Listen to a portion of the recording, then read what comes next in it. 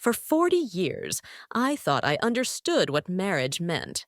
Every September, my husband Damon would leave for a month, citing academic conferences and medical seminars. I'd carefully iron his shirts, pack his suitcase, and kiss him goodbye at the door.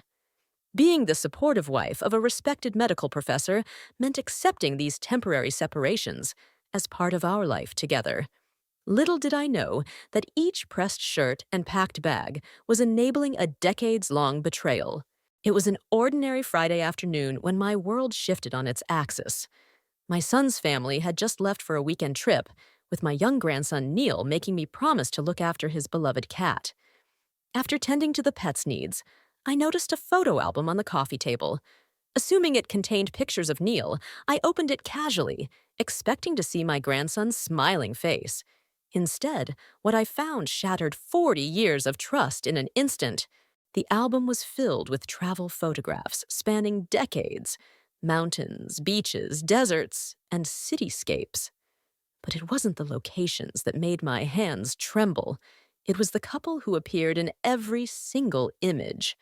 My husband, Damon, his hair gradually changing from dark to silver across the years, stood alongside a woman I recognized instantly: Alice, his college sweetheart. They looked radiant together, their smiles untouched by time, their poses intimate and loving. Each photo was meticulously dated and annotated in Damon's familiar handwriting. The most recent image showed them at a waterfall, both wearing matching blue attire, the very shirt I had ironed for his supposed conference last September. My vision blurred as I flipped through more pages, each one documenting their annual rendezvous across the world. An unbroken timeline of betrayal stretched back to 2005, when they were both 40 years old. The oldest photograph, yellowed with age, showed them young and hopeful before a snow-capped mountain. On its back, Damon had written poetically, "If one day we stand in the snow together, then in this life we have already grown old side by side." The words felt like daggers in my heart.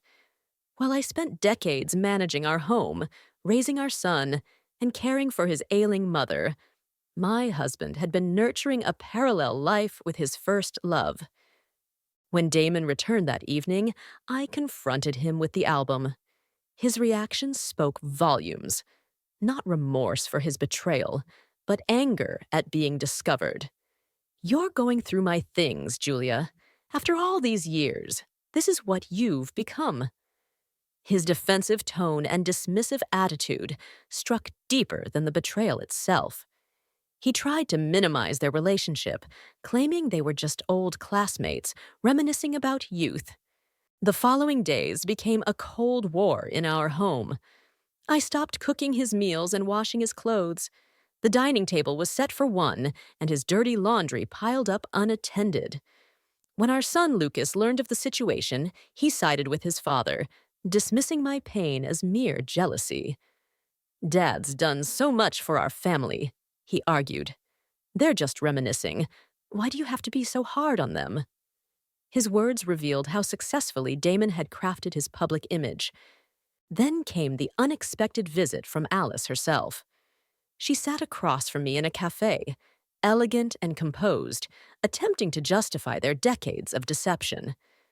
"Marriage is marriage, and love is love," she said with practiced grace. "Neither Damon nor I ever wanted to hurt you." Her condescending sympathy made my blood boil, but I maintained my composure. "If you want him, you can have him," I replied coolly. It must have been exhausting spending your whole life in the shadows. At 60 years old, I made the boldest decision of my life. I filed for divorce. Lucas was furious, flooding my phone with accusations of selfishness and greed. But for the first time in decades, I felt truly liberated. I moved into my own apartment, booked a flight to Hawaii, and began exploring the world on my terms. Without the burden of maintaining appearances, I discovered joy in simple pleasures and new experiences. The aftermath of my decision revealed unexpected truths. Alice moved in with Damon, but their fairy tale romance quickly showed cracks. She struggled with domestic responsibilities, nearly lost Neil during a shopping trip, and demanded marriage to legitimize their relationship.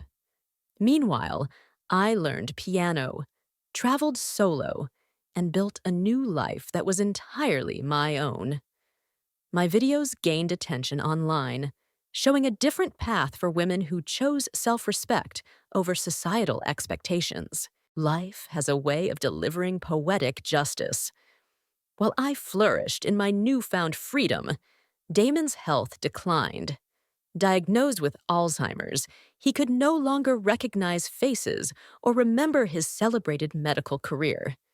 In a final twist of irony, one of the few things that still moved him to tears was watching videos of me playing piano, the new skill I had acquired after leaving him.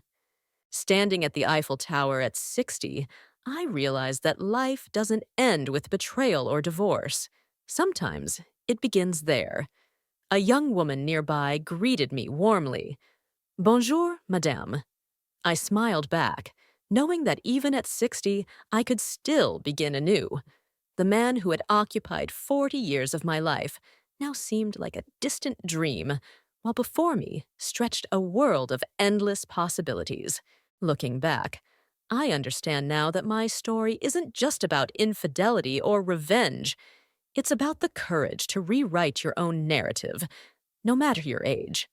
My marriage may have been built on lies, but my future would be founded on truth. After all, true happiness doesn't come from clinging to what we've lost, but from daring to embrace what we might find.